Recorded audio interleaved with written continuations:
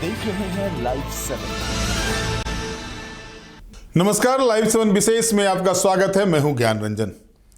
दोस्तों, झारखंड में भीषण ठंड तो है, लेकिन इस ठंड के बीच जिस तरह से झारखंड कैबिनेट ने यानी हेमंत कैबिनेट ने एक नायाब तोहफा दिया है झारखंड के जनजातीय समुदाय को, जिसकी मांगे पिछले 25 वर्षों से लगातार झारखंड में गूंज रही थी, राजनीति हो रहे थे,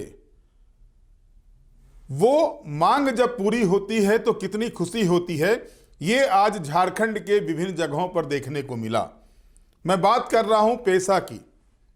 पेशा कानून जो केंद्र सरकार ने 1996 में बनाया था और उसके बाद से लगातार ये बातें हो रही थी कि झारखंड जो 5th शेड्यूल का एरिया 13 जिला झारखंड का 5वीं अनुसूचित क्षेत्र में आता है और इसके अलावा आंशिक रूप से भी 3 जिले हैं, यानी 16 जिले जो पेशा के तहत आते हैं, उसमें जो ग्राम स्वराज की अवधारणा जो थी, यानी ग्राम पंचायत को परंपरागत तरीके से कैसे ताकत मिले, शक्ति मिले, उसको लेकर के पेशा एक्ट का ये किया गया था।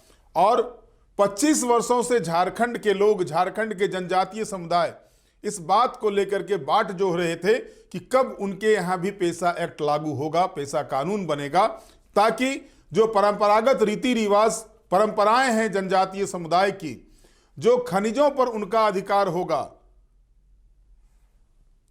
इन चीजों को लेकर के जो तरसती निगाहों से वो सरकार की तरफ लगातार देख रहे थे, उसे हेमंत सरकार ने पूरा किया।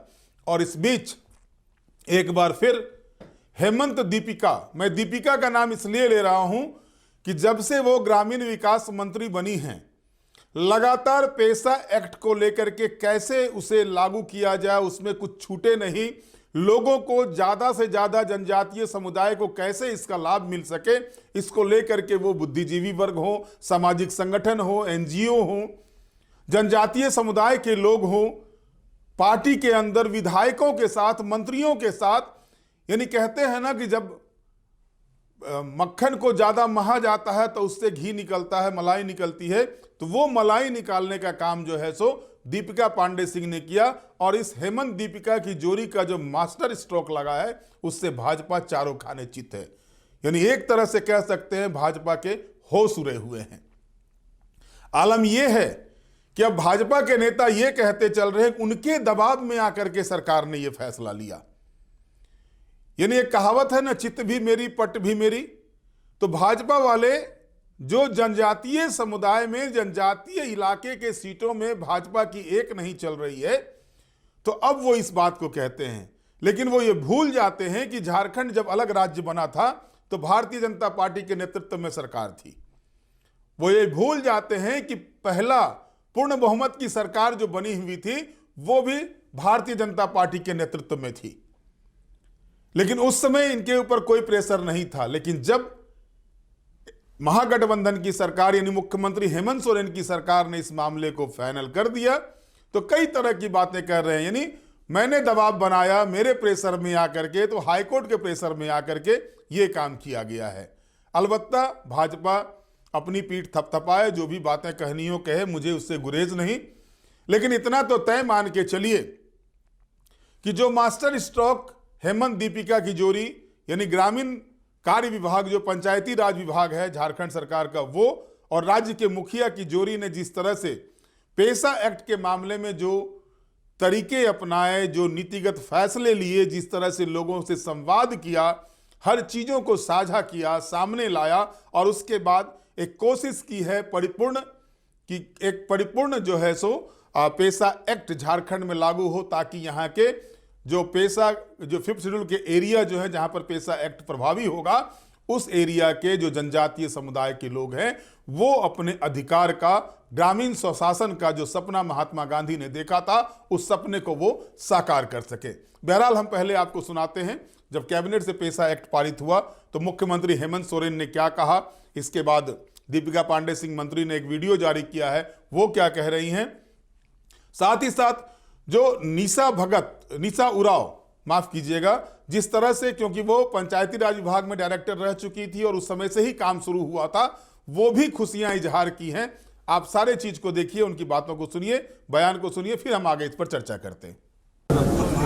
देखिए, कैबिनेट में जो भी विषय आता है उस पर चर्चा होती है और उसके बावजूद ही आगे का निर्णय लिया जाता है। और आपको पता है कि आज पूरे कैबिनेट का एक महत्वपूर्ण विषय था पेशा को लेकर, और आज हम लोगों ने जो पैसा एक्ट था वो किस तरीके से लागू हो, इसको लेकर के हम लोगों ने नियमावली बनाई और उसको आज हम लोगों ने बहुत लोगों से विमर्श करते हुए, विभिन्न विभागों से इस विषय पर मंतव्य लेते हुए आज आखिरकार ये अपना एक मूल रूप लेकर के आज राज्य की जनता के लिए समर्पित होगा और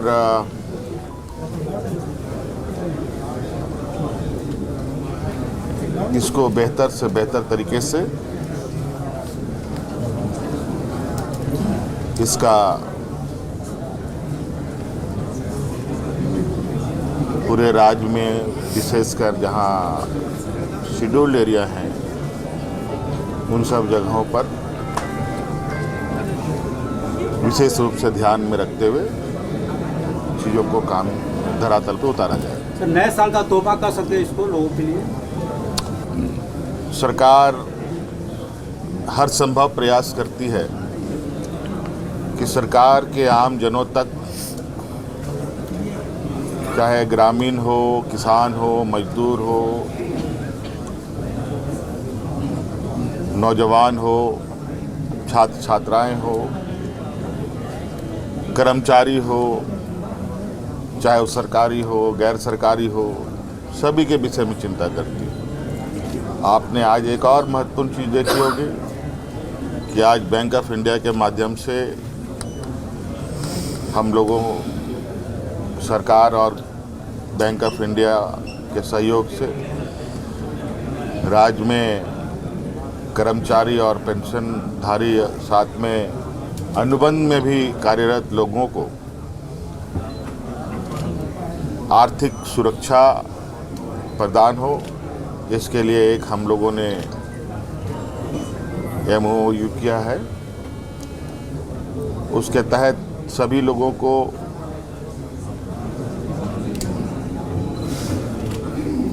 किसी घटना में कोई किसी की जान चली जाती है तो उनको आर्थिक रूप से मदद मिलेगी। अच्छे काम कर रहे नए हैं साल हम लोग अच्छे तरीके से उसका स्वागत करें और नए साल में सबके चेहरे पर मुस्कान हो, हमारी ये ख्वाहिश है। और सभी दुख तकलीफ़ों से आप लोग दूर रहें, कोसों वो आपसे दूर रहे, आपका परिवार हंसता खेलता रहे। क्रिसमस का बधाई, क्रिसमस का बधाई, क्रिसमस का बधाई, क्रिसमस का मेरी क्रिसमस। देखिए, क्रिसमस का माहौल चल रहा है जी, और क्रिसमस का बधाई 15-20 दिन पहले से चल रहा है, रोज़ चल रहा है। आज भी कई लोगों ने मुझे क्रिसमस की बधाई दी और हमने भी उनको दिया। और आज आपके माध्यम से पूरे राज्यवासियों को मेरी क्रिसमस, नए साल की ढेर सारी शुभकामनाएं। आज पेशा दिवस है। 29वां साल पेशा कानून बनने का आज पूरा देश मना रहा है। झारखंड के लिए भी आज की सुबह नई है। पेशा दिवस के पूर्व संध्या पे माननीय मुख्यमंत्री हेमंत सोरेन जी के नेतृत्व में कैबिनेट ने पेशा नियमावली को पारित किया है और यह सुनिश्चित किया है कि जो जनजातीय स्वशासन का सपना हम लोगों के पूर्वजों ने देखा उसको पूर्ण किया जाएगा झारखंड में भी। आदरणीय राहुल गांधी जी के भारत जोड़ो यात्रा के दौरान जनजातीय समूह के लोगों ने एक स्वर से पेसा को झारखंड में लागू करने की मांग रखी थी। कई सारे आंदोलन, कई एक्टिविस्ट, कई सारे बुद्धिजीवी लोगों ने इस मांग को राज्य में लगातार रखा था, लेकिन झारखंड के निर्माण के 25 साल के बाद यह सपना पूरा हो पाया है।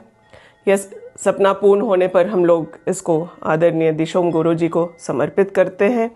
यह निर्णय उनके रहते यह हो पाता तो बहुत ही ऐतिहासिक क्षण उनके लिए भी होता कि उन्होंने झारखंड निर्माण के साथ जो सपने देखे थे उसको पूर्ण कर पाते। मैं इस पेसा को साकार करने के लिए, झारखंड में लागू करने के लिए माननीय मुख्यमंत्री जी का आभार व्यक्त करती हूँ और अपने पार्टी के प्रभारी के राजू जी का, जिन्होंने पग पग पर इस नियमावली को इस तरीके से बनाने में हम लोगों की मदद की कि आज इसमें जो पारंपरिक व्यवस्था, जो जनजातीय समूह की उम्मीद थी, उसको पूरा करने का मौका हम लोगों को मिला। पूरा महागठबंधन का जो सभी दल हैं, कांग्रेस हो, जेएमएम हो और आरजेडी हो, अलग अलग जगहों पर हम लोगों ने इसके लिए संवाद किया। चाईबासा हो, चाहे रांची में जनजातीय समूह के लोगों को बुलाना, सोशल एक्टिविस्ट को बुलाना, पार्टी के स्तर पर भी विधायकों से, मंत्रियों से कई तरह के संवाद स्थापित करके इसको धरातल पर लाने का हम लोगों ने काम किया है। पेसा को लेकर के कई सारी भ्रांतियां फैलाने का प्रयास विपक्ष के लोगों ने किया, लेकिन मुझे खुशी है कि आज जब यह धरातल पर उतरा है तो हमारे राज्य के सभी जनजातीय समूह को उनके पारंपरिक व्यवस्था के अनुरूप पंचायत ग्राम सभा में उनका अधिकार मिलेगा। यह ग्राम सभा जनजातीय समूह के मुखिया के द्वारा रिप्रेजेंट किया जाएगा। पारंपरिक ग्राम सभाओं को सशक्त करने में इस बात का भी विशेष ध्यान दिया गया है कि महिलाओं की भागीदारी भी सुनिश्चित हो। महिलाओं की उपस्थिति ग्राम सभा में होना अनिवार्य होगा और साथ ही साथ जो पंचायत के सहायक सचिव होंगे उसमें महिलाओं को प्राथमिकता दी जाएगी। यह एक प्रयास है झारखंड की महागठबंधन सरकार का, आदरणीय मुख्यमंत्री हेमंत सोरेन जी के नेतृत्व में, कि जनजातीय स्वशासन को एक और कदम बढ़ाया जाए और उसको सशक्त किया जाए। मैं तहे दिल से पूरे राज्यवासियों को इस नियमावली को समर्पित करती हूँ और विशेष धन्यवाद देना चाहती हूँ आदरणीय मुख्यमंत्री जी का और हमारे सभी कैबिनेट के साथियों का, विधायकों का, जिन्होंने इसको सच करने में अपना योगदान किया है। सबसे पहले तो हम सभी जो यहाँ पे आज इकट्ठे हुए हैं, हम सभी आज के दिन को उत्सव के रूप में मना रहे हैं और हम सभी सरकार के प्रति बहुत बहुत आभार व्यक्त करते हैं और हम सभी एक दूसरे को भी आभार व्यक्त करते हैं, क्योंकि जितने लोग आज आपको दिख रहे हैं ये लोग चुपचाप गुमनाम तरीके से लगातार पेसा कानून को जमीनी स्तर तक लागू करने के लिए संघर्ष कर रहे थे और आज इन सब के संघर्ष को सफलता मिली है, तो जाहिर सी बात है सभी बहुत खुश हैं। जब सबसे पहले जब ड्राफ्ट तैयार हुआ था तो विभाग के जो मेरी टीम थी बहुत मदद मिली, टीआरआई से भी उसमें बहुत महत्वपूर्ण सुझाव थे। साथ में मैं कहूँगी जब एक बार प्रकाशित हो गया उसके बाद हम लोगों ने सुझाव आमंत्रित किए थे। उस वक्त हम लोगों ने चर्चा के दौरान ऐसा महसूस किया कि जो समाज के अगुवा हैं जिन्होंने पेसा के लिए इतना लंबा संघर्ष किया है, कहीं ना कहीं उनसे सुझाव लेना बहुत ज़रूरी है और उनकी आकांक्षाओं को नियमावली में उपयुक्त स्थान मिले। जितने भी कानून से संगत हैं उनको उपयुक्त स्थान मिले नियमावली का, इसका प्रयास किया गया। तो कुछ देर हम लोगों ने, कई समय तक हम लोगों ने कुछ कार्यशाला किया और जितने आज लोग देख रहे हैं उन लोगों ने उसमें भागीदारी की और अपने अपने सुझाव दिए, आपत्तियां दी, उस अनुसार पुनः सुसंशोधन किया गया। देखिए, मुख्य अड़चने, मुझे ऐसा लगता है कि सरकार की मंशा हमेशा से नियमावली को लागू करने की थी, लेकिन 2018 तक मैं बताना चाहूँगी कि कुछ काम इस दिशा में नहीं हो पाया था, कुछ ठोस काम। इसकी वजह है खास कि ये नियमावली और कानून कोर्ट में विवादों में उलझा रहा था और मैं सोचती हूँ कि जिस खास कारणों के लिए उलझा था वो समाज के लिए हित में थे भी नहीं। तो एक खास लॉबी आप कह सकते हैं, कुछ खास मुट्ठी भर लोग थे जिनकी वजह से इतना देर हुआ। उन्होंने नियमावली को रोक के रखा, बाधा डालते रहे और कई प्रकार के उन्होंने विश्लेषण किए जो कि भ्रामक थे। इससे जनता के बीच भी भ्रम की स्थिति उत्पन्न हुई थी और साथ साथ में कई बार सरकार को भी इससे गलत संदेश देने का ऐसा कोशिश किया गया था। मुझे लगता है मुख्य बाधा यही थी, जो कुछ शरारती लोग बार बार भ्रम की स्थिति उत्पन्न कर रहे थे और बाधा डालने का प्रयास कर रहे थे। देखिए, जब भी कोई समस्या होता है, ऐसा संभव ही नहीं है कि उस समस्या का समाधान भी साथ में ना हो, लेकिन कुछ लोग ऐसे होते हैं जो समस्या का समाधान ढूंढना नहीं चाहते हैं, उसे जलेबी की तरह उलझा कर रखना चाहते हैं। तो ऐसा ही हो। देखिए, मुख्य तौर पर इसे आप अभी कानून की ठोस परिभाषा मत मानिए जो मैं कहने जा रही हूँ। ये हम लोगों का विश्लेषण है, हमारी परिभाषा है, लेकिन मैं साथ में ये भी जोड़ना चाहूंगी कि उच्च न्यायालय और सर्वोच्च न्यायालय के कई निर्णय आ चुके हैं और उसी के आधार पर हमने एक परिभाषा जो है विकसित की है और आपस में इस पर चर्चा करके हम लोग आगे बढ़े हैं। जो पेशा कानून का 4 है, जो सबसे पहला है, वो कहता है कि पेशा कानून संरक्षण देगा किसे? रूढ़िजन्य विधि यानी कस्टमरी लॉ, सामाजिक प्रथाएं और धार्मिक प्रथाएं। तो निश्चित तौर पे पेशा कानून आदिवासी समाज के सामाजिक और धार्मिक प्रथाओं को मान्यता देती है। तो जहां धार्मिक प्रथाओं का सवाल आता है निश्चित रूप से, और कस्टमरी लॉ का, अगर जो धार्मिक प्रथाएं छोड़ चुके हैं तो उनकी जो विश्वास है, आस्था है, वो अलग हो गई है। जहाँ तक पेशा कानून का सवाल है, वो पारंपरिक ढांचे को सुरक्षा प्रदान करता है और जो पारंपरिक ढांचा है वो समाज के जो सामाजिक प्रथाएं हैं, धार्मिक प्रथाएं हैं, कस्टमरी लॉ है, उसी पे आधारित है। तो जो इसे नहीं मानते हैं उन पे पेशा कानून का, मैं कह सकती हूँ कि पेशा कानून तो सब पे लागू होगा, चाहे वो आदिवासी है या गैर आदिवासी है।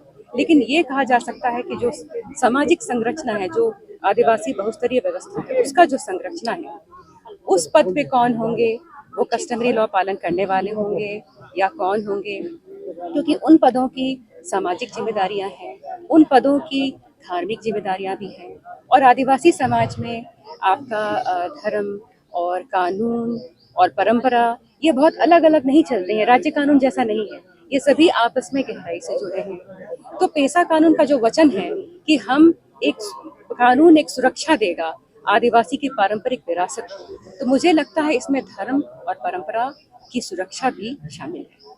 हाल में छत्तीसगढ़ हाईकोर्ट का भी निर्णय आया था और उन्होंने भी 4 घ और 4 का के जो प्रावधान है पेशा के, उस पे अपना निर्णय को आधारित किया था, जहाँ पे सामाजिक और धार्मिक प्रथाओं की सुरक्षा का आधार पेशा कानून देता है, ये उन्होंने स्पष्ट कर दिया है। तो दोस्तों, आपने अभी सुना मुख्यमंत्री को, आपने सुना ग्रामीण विकास मंत्री दीपिका पांडे सिंह को। तो आप इनके बयानों को देखें, यानी मुख्यमंत्री ने कहा कि काफी विमर्श के बाद जो है सो पेशा एक्ट लागू किया गया, यहाँ के जनजातीय समुदाय के लोगों को इसका लाभ मिल सके। लेकिन दर्शकों, ये भी जानना जरूरी है कि आखिर ये इतना महत्वपूर्ण कैसे था पेशा कानून, जिसको लेकर के कि 25 वर्ष लगे ही लगे, लेकिन उस समुदाय के बीच में जिसके लिए ये एक्ट बना हुआ है, वो समुदाय लगातार इसको लेकर के आंदोलनरत थे। पेशा एक्ट के लागू होने के बाद जो स्थिति सामने आएगी, जो चीजें सामने आएगी, उसमें अगर आप देखेंगे तो पेशा एक्ट में क्या क्या प्रावधान है। पारंपरिक ग्राम सभा का स्वरूप और गठन, अब अनुसूचित क्षेत्रों में पारंपरिक ग्राम सभा का गठन होगा। साधारणतः हर राजस्व ग्राम के लिए ग्राम सभा होगी, लेकिन छोटे गांवों या टोलों के समूह भी अपनी परंपराओं और रूढ़ियों के आधार पर अलग अलग ग्राम सभा का गठन कर सकते हैं।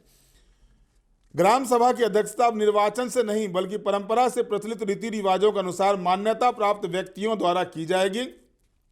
इसमें विभिन्न समुदाय के पारंपरिक प्रधानों को शामिल किया जाएगा। संताली समुदाय में मांझी परगना, हो में मुंडा मान की दिवड़ी, मुंडा समुदाय में हाथू मुंडा, पढ़ा राजा, पाहन, खरिया समुदाय में डोकलो सोहर, उराव समुदाय में महतो, परहा बेल, पाहन पारंपरिक प्रधान होंगे। ये सारे चीज जो है तो ग्राम सभा के अध्यक्ष पहचान करेंगे।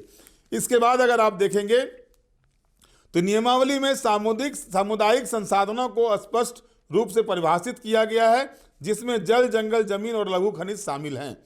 लघु वन उपज यानी ग्राम सभा को बांस, शहद, मोम, लाह, महुआ, हर्रा, बहेरा और तेंदुपत्ता जैसे उत्पादों पर अधिकार दिया गया है।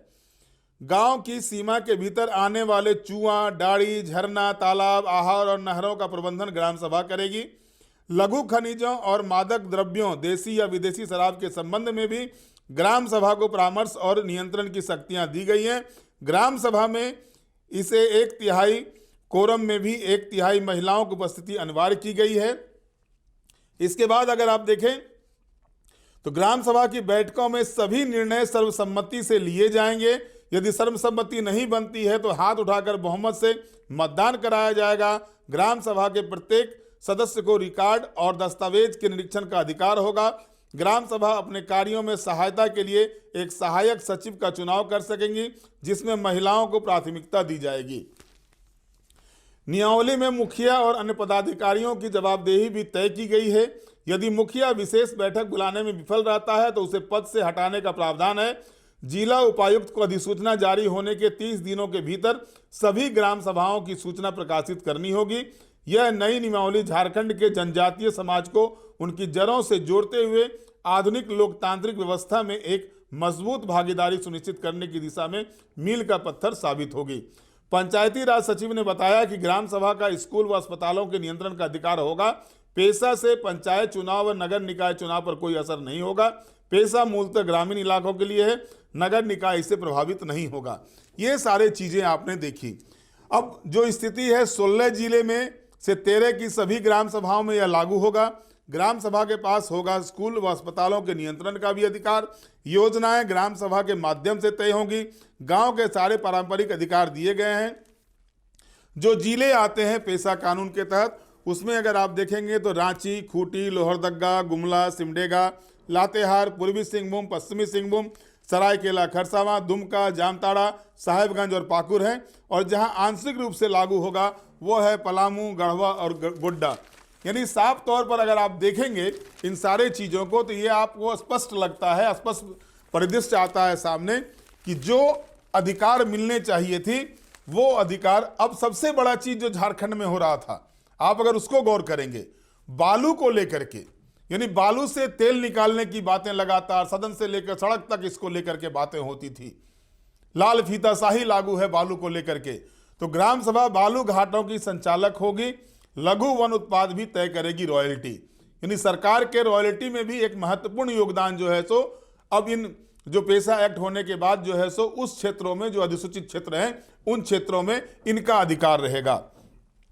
और साथ ही साथ अगर देखें तो सीधे तौर पर अगर आप देखेंगे तो पेशा नियमावली से जो है सो आदिवासी अधिकारों को नई ताकत मिली है। मैंने कल भी बताया था, एक उड़ान पंख जो है सो लगे हैं आदिवासी समुदाय को उड़ने के लिए। हेमंत सोरेन ने पंख दिया है। दीपिका पांडे सिंह के नेतृत्व में पंचायती राज विभाग ने जो कार्य किया है उसमें उनको पंख लगाने का काम किया है।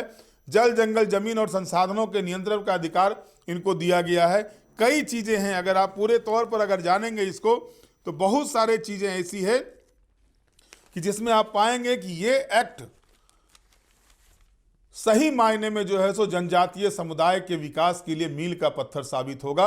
और चूंकि 1996 में इस एक्ट को बनाया गया था और उसके बाद से अलग राज्य बना 15 नवंबर 2000 को, 25 वर्षों से इस पर कोई काम नहीं हुआ। अब जाकर के जो है सो आदिवासी समुदाय को उसका संवैधानिक अधिकार जो है सो पेशा एक्ट के रूप में मिला है। जो 1996 का पेशा एक्ट है वो क्या कहता है कि 5वीं अनुसूची के क्षेत्रों में पेशा एक्ट लागू करने की व्यवस्था है। वर्तमान में देश के कुल 10 राज्य 5वीं अनुसूची में आते हैं, जिनके नाम है आंध्र प्रदेश, छत्तीसगढ़, गुजरात, हिमाचल प्रदेश, झारखंड, मध्य प्रदेश, महाराष्ट्र, उड़ीसा, राजस्थान और तेलंगाना। इस अनुसूची में उन्हीं राज्यों को शामिल किया जाता है जहां जनजातियों की आबादी अधिक है। पेशा एक्ट 1996 लागू होने के बाद झारखंड और उड़ीसा को छोड़कर अन्य राज्यों ने इसे लागू कर दिया है। पेशा अधिनियम 1996 का उद्देश्य अनुसूचित जनजातीय क्षेत्रों में स्थानीय स्वशासन को मजबूत बनाना है। इस एक्ट के जरिए जनजातीय समुदाय को अपने स्थानीय स्वशासन से जोड़कर रखने और सशक्त बनाने का प्रयास किया गया है। पेशा एक्ट को संसद ने 1996 में पारित किया था और राष्ट्रपति ने इस एक्ट को अपनी मंजूरी 24 दिसंबर 1996 को देकर इसे कानून का रूप दिया था। इस एक्ट के प्रावधानों के अनुसार पंचायतों से संबंधित प्रावधानों में 5वीं अनुसूची क्षेत्रों में संशोधित रूप से लागू करना है। पेशा एक्ट का उद्देश्य क्या था? एक बड़ा सवाल उठता है कि आखिर इतनी खुशियां क्यों, ये खुशी कैसे मिली जनजातीय समुदाय को, और हेमंत सोरेन ने जो खुशियां दी है उसके पीछे क्या था, उद्देश्य क्या था कि पेसा एक्ट 1996 उन राज्यों के लिए बनाया गया था जहां आदिवासी आबादी अधिक है और यह क्षेत्र आर्थिक और सामाजिक रूप से पिछड़े हैं। स्थानीय स्वशासन को मजबूत करने और इलाके के समुचित विकास के लिए पेसा एक्ट बनाया गया है। पेसा एक्ट के जरिए इन इलाकों में प्रशासन की विशेष प्रणाली विकसित करने की कोशिश की गई है ताकि क्षेत्र का समुचित विकास हो सके। इसकी आवश्यकता इसलिए महसूस की गई क्योंकि इन राज्यों में जो प्रशासनिक मशीनरी काम कर रही हैं उनका विस्तार इन क्षेत्रों तक नहीं हो पाता है। इस कानून का उद्देश्य पंचायतों के संवैधानिक प्रावधानों और आदिवासियों के विशेष पारंपरिक अधिकारों के बीच सामंजस्य स्थापित करना था। दोस्तों, यहाँ पर याद आते हैं राष्ट्रपिता महात्मा गांधी, जो ग्राम स्वशासन की परिकल्पना उनकी थी। अगर गांधीयन थॉट को आप देखेंगे तो उसमें उनका था कि जब हमारा निचला स्तर मजबूत होगा तभी जाकर के जो है हम उस समाज के विकास की बातें कर सकते हैं। जाहिर तौर पर ऐसा नहीं है कि पेसा एक्ट लागू होने के बाद जो है जनजातीय समुदाय के विकास के काम नहीं हो रहे थे, लेकिन अब क्या होता है कि जब शासन अपने हाथ में आता है, जब उसके हाथ में स्वशासन की बागडोर आती है, तो जाहिर तौर पर काम ज्यादा तेजी के साथ होते हैं।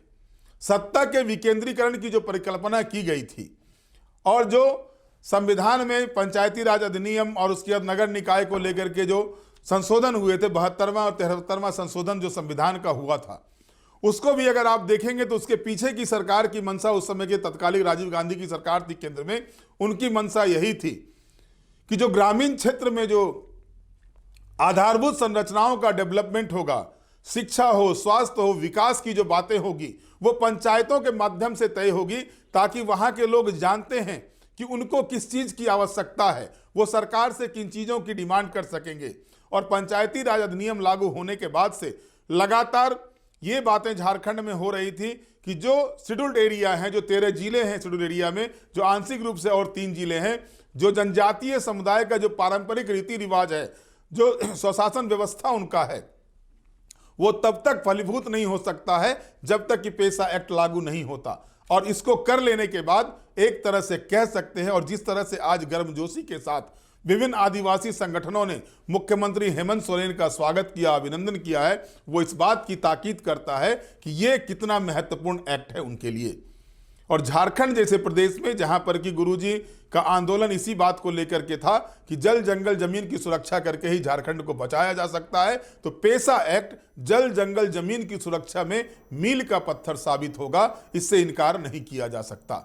अब आवश्यकता यह है कि पेसा एक्ट के लागू होने के बाद जो शक्तियां उसके तहत जनजातीय समुदाय के बीच में ग्राम सभा को दी जाएगी, पंचायत सचिव को दी जाएगी, उसको कैसे ज्यादा से ज्यादा लोगों के बीच प्रचारित करें, उससे लोगों को कैसे जोड़ें, ये एक आवश्यकता महसूस होगी। उम्मीद है कि राज्य सरकार जिस तरह से सहानुभूतिपूर्वक पेसा एक्ट पर विचार की और उसको एक नियमावली को अंतिम रूप दिया, कैबिनेट से पारित कराया, अधिसूचना निकलेगी तो वो लागू भी हो जाएगा। तो अब कैसे उस समाज को उनके अधिकार के प्रति जागृत किया जाए, इस पर भी काम करने की आवश्यकता है। और एक बड़ी बात जो दीपिका पांडे सिंह ग्रामीण विकास मंत्री ने कही कि वो ये कि महिलाओं की भागीदारी भी, समुचित भागीदारी सुनिश्चित की जाएगी। तो ये भी तय होना चाहिए कि जो 33% की बातें बार बार होती है, इसमें भी सरकार अगर इस चीज को अगर जोड़ दे तो ये सोने पे सुहागा साबित होगा और जो आधी आबादी है उनको भी पूर्ण अधिकार मिल पाएगा। एक बार फिर जिस तरह से पेसा एक्ट के लागू होने के बाद जनजातीय समुदाय के बीच खुशियां हैं और विधवा विलाप जो भारतीय जनता पार्टी कर रही है सरकार के इस पेसा कानून के नियमावली के कैबिनेट से अप्रूवल करने के बाद, वो विधवा विलाप करते रहे। सरकार ने अपना काम कर दिया। हेमंत सोरेन ने जो लकीर जनजातीय समुदाय के बीच वर्षों तक सत्ता में रहने के बाद भारतीय जनता पार्टी या उसका गठबंधन नहीं कर पाई थी, उसे एक लंबी लकीर खींच करके हेमंत सोरेन ने फिर एक बार तय कर दिया कि जनजातीय समुदाय के बीच में वो क्यों सबसे नायाब चेहरे के रूप में स्थापित है, वो उन्होंने अपने कार्यप्रणाली से साबित किया है। बहरहाल आज के विशेष में इतना ही। आप हमारे साथ जुड़े रहें, हमें लाइक करें, सब्सक्राइब करें। बहुत बहुत धन्यवाद। नमस्कार।